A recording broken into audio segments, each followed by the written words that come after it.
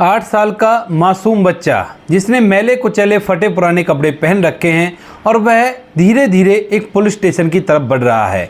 वहां पर वह पुलिस स्टेशन के गेट पर पहुंच जाता है, लेकिन अंदर जाने में उसे काफ़ी ज़्यादा हिचक हो रही थी और इसी वजह से वह सहमे से कदमों से धीरे धीरे पुलिस स्टेशन के अंदर चला जाता है। वहां पर वह आ तो गया था, लेकिन वहां पर ज़्यादातर वह पुलिस वालों को देखकर थोड़ा सा डरा हुआ होता है।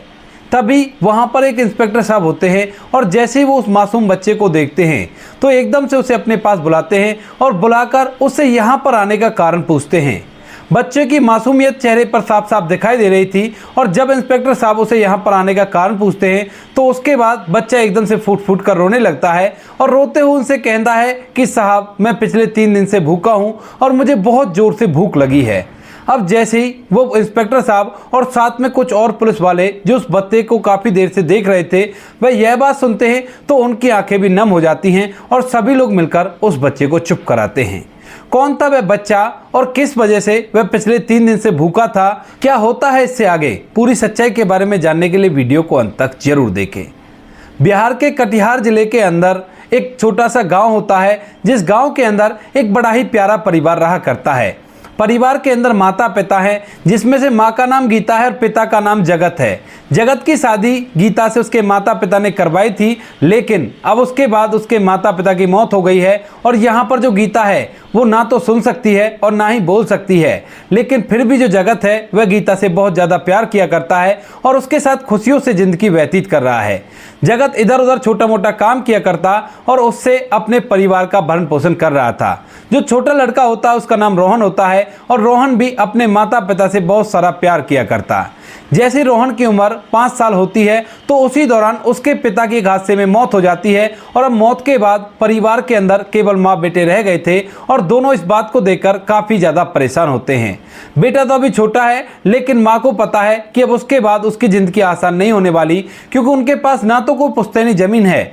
और ना ही कोई ऐसा सहारा है परिवार का या किसी यार रिश्तेदार का जो उन्हें इस मुश्किल समय में उनके समय को व्यतीत करा सके। यही सोचकर माँ काफ़ी ज़्यादा परेशान रहती है और धीरे धीरे समय बीतने लगता है। स्टार्टिंग में कुछ दिन अड़ोसी पड़ोसी उन लोगों की मदद करते हैं, लेकिन धीरे धीरे वह लोग भी पीछे हट जाते हैं और इसके बाद जो माँ गीता होती है वो अपना और अपने बच्चे का पेट पालने के लिए इधर उधर मजदूरी पर जाने लगती है, लेकिन उसकी कमी की वजह से, यानी कि बोलना और सुनना, वो उसकी कमी थी और इस कमी की वजह से कोई भी उसे काम पर रखना पसंद नहीं किया करता है। कभी कभार किसी व्यक्ति को उस पर तरस आ जाया करता तो वह उसे अपने काम पर रख लिया करता, लेकिन ज़्यादातर वह घर के अंदर ठाली ही रहा करती है। अब ऐसी कंडीशन के चलते जो उनका छोटा सा घर होता है उसमें एक छोटा सा किचन था और उस किचन के अंदर से खाने पीने का राशन पूरी तरह से खत्म होने लगता है। कभी कभार माँ का काम चल जाया करता और उस काम को चलाने के बाद वह अपने घर के लिए राशन लाया करती और खिलाया पिलाया करती। धीरे धीरे समय बीतता है और समय के साथ साथ जो लड़का होता है जिसका नाम रोहन है, रोहन एक पास ही के गवर्नमेंट स्कूल में जाने लगता है। वहां पर दिन के समय का भोजन तो उसे वहां से मिल जाया करता, लेकिन सुबह और शाम के समय का भोजन उसे घर ही करना पड़ा करता। जिंदगी थोड़ी सी आसान हो गई थी, माँ जैसे तैसे करके अपने बच्चे का पेट पाल रही थी। कभी कभार जब उसे काम मिला करता तो वह अपने बच्चे के लिए भोजन की व्यवस्था किया करती। भले ही आप 2-4 दिन भूखी रह जाए तो कोई भी बात नहीं है, और वैसे भी ज्यादातर जो रोहन है वो स्कूल के अंदर ही अपना पेट भरकर आया करता था। धीरे धीरे जो लड़का रोहन होता है वह 8 साल का हो जाता है और जिस स्कूल के अंदर वह जाया करता था उस स्कूल के अंदर गर्मियों की छुट्टी पड़ने लगती है और जैसे गर्मियों की छुट्टी पड़ती है तो उसके बाद वहां पर उसे भोजन नहीं मिलता है और अब वह 3 टाइम का भोजन घर पर ही किया करता। लेकिन इसी दौरान जब गर्मियों की छुट्टी पड़ती है तो उसकी माँ को काम मिलना बंद हो जाता है और इसी कारण से वह 3 दिन तक लगातार भूखा रहता है और माँ भी भूखी थी, लेकिन वो करे भी तो क्या करे, क्योंकि उसके पास कोई सहारा नहीं है। कुछ दिन तो उसने इधर उधर से पैसे लेकर या फिर सामान लेकर खाने का अपना समय व्यतीत कर लिया था, लेकिन पिछले 3 दिनों से ना तो उनके घर में राशन है खाना बनाने के लिए और ना ही उन दोनों में से किसी ने खाना खाया है। बेटा भूख से काफी ज्यादा व्याकुल हो जाता है, वह इधर उधर ऐसे घूमता रहता है और घूमते घूमते एक पुलिस स्टेशन के सामने आ जाता है। जैसे उसके सामने पुलिस स्टेशन होता है तो उसे ज्ञात आती है अपने टीचर की वो बात, जब टीचर कहा करते थे कि कुछ भी आपके साथ गलत हो तो पुलिस वालों को बताना चाहिए और वो आपके साथ न्याय करेंगे। ये बात सोचकर वह सोचने लगता है कि ये मेरे साथ भी तो गलत ही हो रहा है, क्योंकि मैं भूखा क्यों हूं, मुझे जबकि खाना मिलना चाहिए था और अब तक मैं 3 दिन से बिल्कुल भूखा हूं, तो मैं भी पुलिस वालों से इस बात की शिकायत करूंगा। यही बात सोचकर 8 साल का मासूम बच्चा जो पिछले 3 दिन से भूखा है वह धीरे धीरे नन्हे नन्हे कदमों से पुलिस स्टेशन की तरफ बढ़ने लगता है और गेट पर जाकर एकदम से रुक जाता है। पुलिस स्टेशन के अंदर ढेर सारे पुलिस वाले थे जो अपने अपने अलग अलग कामों में लगे हुए थे, लेकिन यहाँ पर जो रोहन होता है उसकी पेट की भूख काफी ज्यादा थी, तो इसी वजह से जैसे तैसे वो हिम्मत करके पुलिस स्टेशन में अंदर प्रवेश कर जाता है। और जैसे वो पुलिस स्टेशन में इंटर करता है तो कुछ लोग मासूम बच्चे की मासूमियत को देखकर चुपचाप अपनी चेयरों पर बैठकर उसे देख ही रहे थे और सोच रहे थे कि किस लिए आया है और यहाँ पर आकर क्या करने वाला है। रोहन अंदर उन सभी की निगाहों को देख रहा था जो निगाहें उसकी तरफ घूर घूर कर देख रही थी, और ऐसे ही उसकी नज़र में आते हैं एक दरोगा साहब जो अपनी कुर्सी पर बैठकर कुछ काम कर रहे थे। उनका ध्यान बिल्कुल भी रोहन की तरफ नहीं था। अब ना जाने कैसे जो रोहन होता है उस दरोगा साहब के पास जाता है और वहां पर उसकी कुर्सी के साइड में खड़ा हो जाता है। जब दरोगा साहब देखते हैं कि मासूम सा बच्चा उसके पास आया है तो उसके बाद वो अपने काम को साइड में रखते हैं और पूछने लगते हैं कि हाँ बेटा बताओ तुम्हें क्या काम है और तुम यहाँ पर क्यों आए हो। इसके बाद जब रोहन से वो ऐसा पूछता है तो एकदम से रोहन की आंखों से आंसू टपकने लगते हैं और वह फूट फूट कर रोने लगता है। जितने भी पुलिस वाले अब तक उस बच्चे को देख रहे थे कि ये क्या करने वाला है, जैसे ही बच्चा मासूम शकल को लेकर फूट फूट कर रोने लगता है तो एकदम से सभी लोग वहां पर इकट्ठा हो जाते हैं और उसे चुप कराने लगते हैं। इधर जो वह दरोगा होता है वह भी उसे चुप कराता है और कहता है कि बेटा क्या हुआ, क्या बात है, तुम इस तरह से क्यों रो रहे हो। लेकिन रोहन की सुबकियां बंद गई थी और वह सुबक सुबक कर बुरी तरह से रो रहा था। इसके बाद जब पुलिस वाले काफी देर तक ट्राई करते हैं तो रोहन चुप हो जाता है, और जैसे रोहन चुप होता है तो उसके बाद वे लोग उससे पूछते हैं बेटा आखिर बात क्या है, तुम इस तरह से क्यों रो रहे हो। तो उसके बाद जो रोहन है वो अपनी आप बीती सुनाता है, कहता है कि साहब हमारे टीचर ने कहा था कि जब भी आप किसी परेशानी में हो तो पुलिस वालों के पास जाना और वो आपकी जरूर से मदद करेंगे। तो पुलिस वाले कहते हैं कि हाँ बताओ बेटा तुम्हारी क्या परेशानी है और हम जरूर से तुम्हारी मदद करेंगे। तो रोहन कहता है कि साहब मैं पिछले 3 दिन से भूखा हूँ, हमारे घर में ना तो खाने के लिए राशन है और ना ही माँ ने मुझे खाना खिलाया है। अब यह बात सुनकर पुलिस वाले पूरी तरह से हैरान हो जाते हैं कि इतने से मासूम बच्चे से भला उसकी माँ की क्या दुश्मनी रही होगी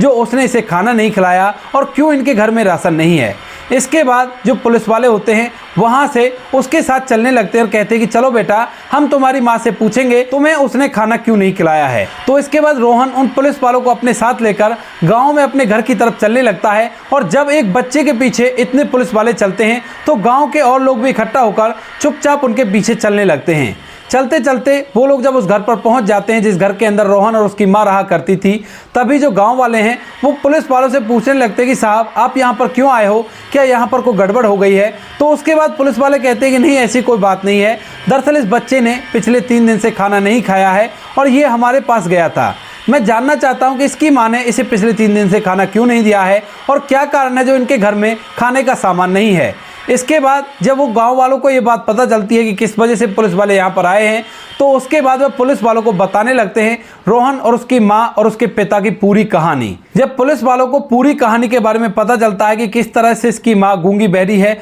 उस वजह से खाना नहीं बजा पा रही है और इसी वजह से ये बच्चा 3 दिन से भूखा है और इतनी देर तक रोहन की माँ भी वहां पर आ गई थी। पुलिस वालों ने पहले ही हवालदार भेजकर उस बच्चे के लिए खाना मंगवा दिया था और इतनी देर में वह हवालदार भी वहां पर आ जाता है। हवालदार खाना ले आया था और बच्चे की माँ से बात करने में वो असमर्थ होते हैं, क्योंकि ना तो वो अच्छी तरह से सुन सकती और ना ही बोल सकती। वो केवल साइन लैंग्वेज में बात किया करती थी, जिस लैंग्वेज को उनका बेटा 8 साल का रोहन ही समझा करता था और वह समझ जाता था कि माँ क्या कहने वाली है। इसके बाद रोहन की माँ कुछ कहना चाहती है और जैसे ही रोहन उसे ट्रांसलेट करके पुलिस वालों को बताता है तो उनकी आंखें फटी के फटी रह जाती हैं कि असलियत में जिनको सुविधाओं की जरूरत है उनको तो ये सुविधाएं मिल ही नहीं रही। दरअसल रोहन की माँ ने कहा था कि मैं विधवा हूं और मेरा एक बच्चा भी है, लेकिन ना तो मुझे राशन पानी मिला करता है और ना ही मुझे कैसा भी कोई सरकार से मदद मिल रही है ताकि मैं अपने बच्चे के साथ आसानी से जीवन को व्यतीत कर सकूं। पुलिस वाले इस बात को सुनकर काफी ज्यादा हैरान होते हैं और इसके बाद वहां पर गांव के प्रधान को बुलाया जाता है।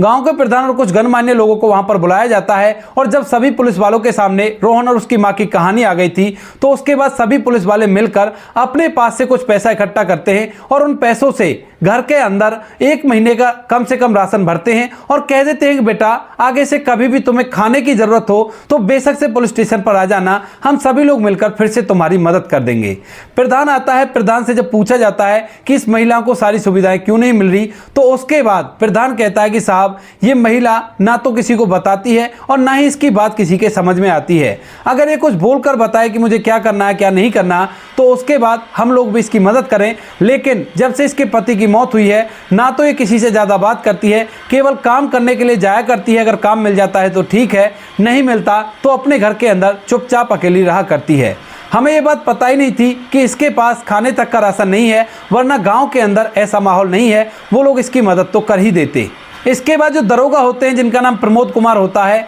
वह यह बात देखकर समझ चुके थे कि कंडीशन किस तरह से बिगड़ी है और उसके बाद प्रमोद कुमार जी खुद अपने दम पर इन सभी चीज़ों को करवाते हैं, उनको सरकार से मदद लाते हैं और उन्होंने उनका बीपीएल कार्ड भी बनवा दिया था। बीपीएल कार्ड से वहां पर उन्हें राशन भी मिलता है और इस राशन से दोनों माँ बेटे का गुजारा अच्छी तरह से हो जाता है। अब जब कभी माँ का काम लगा करता तो वह उन पैसों से अपने बेटे का और अपना कभी इलाज करवा लिया करती और बाकी जो बेटा है वह रेगुलर पढ़ाई के लिए जाया करता है, उसे अच्छा खाना मिला करता है। दरोगा प्रमोद कुमार जी बार बार आकर इस घर की देखरेख किया करते हैं जब तक उनकी वहां पर ड्यूटी रहती है और सब कुछ अच्छी तरह से चलता रहता है। यहाँ पर जो लड़का रोहन होता है उसकी ज़िंदगी को एक नई दिशा मिल गई थी। कहाँ तो वह भिखारियों की तरह इधर उधर घूमता था, लेकिन अब वह अच्छे से पढ़ने जाया करता है और साथ में उसके खाने पीने का इंतजाम भी हो गया है। दरोगा प्रमोद कुमार की पोस्टिंग यहाँ से दूसरी जगह हो जाती है और इसके बाद जो रोहन होता है वो अपनी दुनिया में मस्त हो जाता है। धीरे धीरे समय बीतता और समय के साथ साथ जो रोहन होता है वह अपनी स्कूली पढ़ाई को करने के बाद कॉलेज की पढ़ाई को भी कर लेता है और इसके बाद उसकी एक प्राइवेट कंपनी में अच्छी सी नौकरी लग गई थी और वह अपनी माँ का ख्याल अच्छे से रखने लगता है। जब माँ देखती है कि बेटा अच्छे से कमाने लगा है और पढ़ा लिखा भी है और उसका अच्छा काम चल रहा है, तो वह उसे इशारों में बताने लगती है कि बेटा अब तू बड़ा हो गया है और मेरे ख्याल से अब तेरी शादी हो जानी चाहिए। बेटा माँ की इशारों की लैंग्वेज को अच्छी तरह से समझा करता था, तो इसी वजह से बेटा भी माँ की हाँ में हाँ मिलाता है और कहता है कि हाँ माँ तुम सही कह रही हो। और उसके बाद जो बेटा रोहन होता है वह खुद से ही अपनी शादी के लिए इधर उधर लड़की ढूंढने लगता है, क्योंकि उसकी माँ की लैंग्वेज ना तो कोई समझ पाएगा। और जब अड़ोसी पड़ोसियों को ये पता चलता है कि रोहन अपनी शादी के लिए लड़की ढूंढ रहा है, तो उसके बाद पड़ोस का ही रहने वाला एक व्यक्ति अपनी रिश्तेदारी में एक ऐसी लड़की बताता है जो रोहन के लिए परफेक्ट थी और वह उसकी माँ की सेवा भी करने वाली थी। लड़की का नाम होता है सीमा और सीमा से रोहन की शादी पक्की हो जाती है। तो उसके बाद रोहन अपनी शादी की तैयारी में खुद ही जुट जाता है और साथ में उसके कुछ दोस्त भी थे जो उसको पूरा सहयोग कर रहे थे।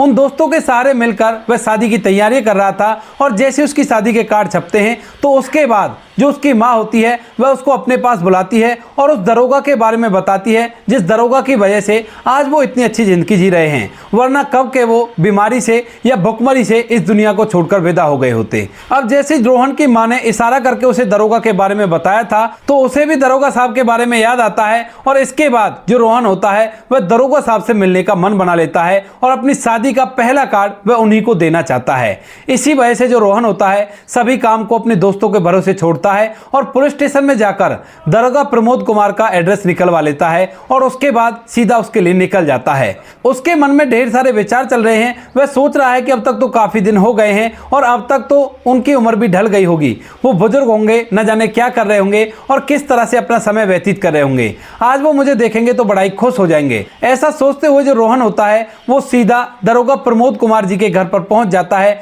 और वहां जाकर दरवाजा खटखटा देता है। घर की हालत बाहर से बिल्कुल भी ऐसी नहीं लग रही थी कि यह घर अच्छी तरह से चल रहा है, लेकिन जैसे वो दरवाजा खोलता है तो अंदर से एक काफी ज्यादा बुजुर्ग व्यक्ति दरवाजा खोलता है और वह बुजुर्ग व्यक्ति और कोई नहीं, वही प्रमोद कुमार दरोगा था जिसने कभी रोहन की मदद की थी। लेकिन आज रोहन काफी ज्यादा बड़ा हो गया है तो वह रोहन को नहीं पहचान पाता है। कहता है कि हाँ भाई कौन हो और आपको किससे मिलना है। इस बात को सुनकर जो रोहन होता है मुस्कुराने लगता है और तभी जो दरोगा प्रमोद कुमार होते हैं वो अपने स्वभाव के अनुसार ही, यानी कि वो काफी ज्यादा कड़क थे और स्ट्रिक्टली वो उससे कहने लगते हैं कि देखो दरवाजे पे खड़े होकर दांत फाड़ने से कोई फायदा नहीं है, ये बताओ तुम्हें किससे मिलना है वरना मेरा टाइम बर्बाद मत करो। तभी जो रोहन होता है वो एकदम से उनके पैर छूता है और कहता है कि अंकल आपने मुझे नहीं पहचाना, मैं वही रोहन हूं जो किसी दिन रोते हुए आपके थाने में आया था और आपने मेरी मदद की थी। अगर आप उस दिन मेरी मदद नहीं करते तो आज मैं इस काबिल नहीं हो पाता। अब जैसे दरोगा प्रमोद कुमार इस बात को सुनते हैं तो एकदम से उन्हें याद आ जाता है कि ये कौन सा रोहन है और किस वजह से मेरे पैर छू रहा है। उसके बाद दरोगा साहब उसे घर के अंदर लेते हैं और बड़ा ही खुश होते हैं कि चलो ये कम से कम आज एक अच्छा इंसान बन गया, बहुत अच्छी बात है। इसके बाद दरोगा प्रमोद कुमार में और रोहन में बहुत सारी बातें होती हैं और बातों के दौरान जो दरोगा प्रमोद कुमार है उसके बारे में रोहन को कुछ ऐसा पता चलता है जिसे सुनने के बाद उन्हें काफी ज्यादा हैरानी होती है। दरअसल प्रमोद कुमार का एक इकलौता बेटा था और वह बेटा भी अपनी पत्नी और अपने बच्चों के साथ विदेश चला गया है और यहाँ पर दरोगा साहब अकेले अपना समय व्यतीत किया करते हैं। हालांकि उन्हें रुपए पैसों की कोई भी दिक्कत नहीं है, लेकिन यहाँ पर उन्हें अपना कहने वाला कोई भी नहीं है और वह इस चार दीवारी के अंदर अपना समय व्यतीत कर रहे हैं। यह बात रोहन को कहीं ना कहीं चुभ जाती है, लेकिन तभी जो दरोगा साहब होते हैं वह अपनी बात को बदलते हुए कहते हैं कि हाँ बेटा छोड़ो, ये बातें तो चलती रहती हैं, तुम ये बताओ कि तुम क्या कर रहे हो आजकल और तुम यहाँ पर क्यों आए हो। तो उसके बाद जो रोहन होता है वह उन्हें बता देता है कि अंकल इस तरह से मैं एक बहुत अच्छी कंपनी में काम किया करता हूँ, अच्छे खासे रुपए पैसे कमाया करता हूँ और मैंने अपना घर भी नया बना लिया है। अब मैं अपनी शादी कर रहा हूँ और शादी के टाइम पर सबसे पहला कार्ड मैं आपको देने के लिए आया हूँ, क्योंकि अगर आप नहीं होते तो मेरी जिंदगी इस लायक नहीं बन पाती जिस लायक अब है। इस बात को सुनकर दरोगा साहब की आंखों में आंसू आ जाते हैं और वह झट से रोहन को गले लगा लेता है। अब जैसे रोहन देखता है कि दरोगा साहब की आंखों में आंसू आ रहे हैं तो उसके बाद वह सबसे पहले उन्हें चुप कराता है और कहता है कि अंकल क्या हुआ, किस वजह से आप इतने परेशान हो। तो वो कहने लगता है कि नहीं बेटा कुछ भी नहीं हुआ, लेकिन जो रोहन होता है वह एकदम से उनके हाथ को अपने सर पर रख लेता है और कहता है कि अंकल आपको मेरी कसम है, अगर आपने मुझे नहीं बताया कि आपकी आंखों में किस लिए आंसू आए हैं तो फिर देख लेना। तो उसके बाद जो दरोगा प्रमोद कुमार जी होते हैं वह उसको सब कुछ सच सच बताने लगते हैं। कहते हैं कि बेटा यहाँ पर रुपए पैसों की तो मेरे पास कोई भी दिक्कत नहीं है, क्योंकि मुझे गवर्नमेंट से पेंशन मिला करती है, लेकिन यहाँ पर मुझे अपना कहने वाला कोई भी नहीं है। ऐसा कहते हुए दरोगा साहब की आंखों से फिर से आंसू आने लगते हैं और इसके बाद जो रोहन होता है उन्हें अपने गले से लगा लेता है और कहता है कि अंकल कोई बात नहीं, आपका बेटा विदेश चला गया तो कोई बड़ी बात नहीं है, लेकिन आपका एक बेटा मैं भी हूं, अगर मेरी उस टाइम पर आप मदद नहीं करते तो मैं आज इस मुकाम को हासिल नहीं कर पाता। चलिए आप मेरे साथ और मेरे साथ मेरे घर में रहिएगा। दरोगा प्रमोद कुमार उससे मना करता है, कहता है कि नहीं बेटा तू मुझसे मिलने के लिए आ गया यही काफी है, क्योंकि आज तक कई साल हो गए हैं और अब तक कोई अपना मुझसे मिलने के लिए नहीं आया है। तुझे आने के बाद मैं बड़ा ही खुश हूं, लेकिन मैं तेरे ऊपर बोझ नहीं बन सकता क्योंकि मेरे पास अपना सब कुछ है। तभी जो रोहन है वो कहता है कि मैं बोझ बनने के लिए कहां कह रहा हूं, जब तक आपका मन करे जब तक आप मेरे पास रह लेना, उसके बाद यहां पर आ जाया करना और आते जाते रहोगे तो आपका भी मन लग जाएगा और हमें भी एक पिता का प्यार मिल जाएगा। ऐसा कहकर जो रोहन होता है वह उनको अपने साथ ले जाने के लिए जिद करने लगता है और जब दरोगा साहब उस बच्चे की जिद देखते हैं जिसके चेहरे पर कभी उन्होंने मासूमियत और रोना देखा था, तो वह भी मना नहीं कर पाते हैं और रोहन के साथ अपना सारा सामान पैक करके उसके घर आज ही से चले जाते हैं। अभी शादी को लगभग 3 महीने बाकी थे और यहाँ पर आकर जब वो गांव के अंदर का माहौल देखते हैं तो बड़े ही खुश होते हैं, क्योंकि यहाँ पर दिन का समय कब बीत जाता है पता भी नहीं चलता है। और उसके बाद जो दरोगा साहब होते हैं रोहन के गांव में एक छोटी सी जगह लेते हैं और वहीं पर अपना घर बनाते हैं। रोहन उनका अब भी देखभाल कर रहा है और अच्छी तरह से वो जिंदगी जी रहे हैं। दरोगा साहब के बेटे का फोन जब भी उनके पास आता है तो वो कह देते हैं कि बेटा कोई बात नहीं, मैं यहाँ पर अच्छी तरह से जिंदगी जी रहा हूँ, आप वहां पर अपना समय व्यतीत करो। रोहन और उसकी पत्नी अच्छे से दरोगा साहब की भी देखभाल किया करती है और रोहन की माँ की भी देखभाल किया करती है और वो लोग हंसी खुशी जीवन व्यतीत कर रहे हैं। तो दोस्तों ये थी आज की कहानी। आपको जैसी भी लगी हो कमेंट सेक्शन में बता देना। वीडियो अगर अच्छी लगी हो तो वीडियो को लाइक और चैनल को सब्सक्राइब जरूर करें, ताकि हमें थोड़ा सा हौसला मिले आप लोगों के लिए ऐसे अच्छे वीडियो बनाने के लिए। इन कहानियों को सुनाने का उद्देश्य किसी को परेशान करना बिल्कुल भी नहीं है। यह कहानी आपको इसलिए सुनाई जाती है ताकि आप लोग इन कहानियों में से कुछ ना कुछ सीख सको और अपने जीवन में उस चीज को अप्लाई कर सको।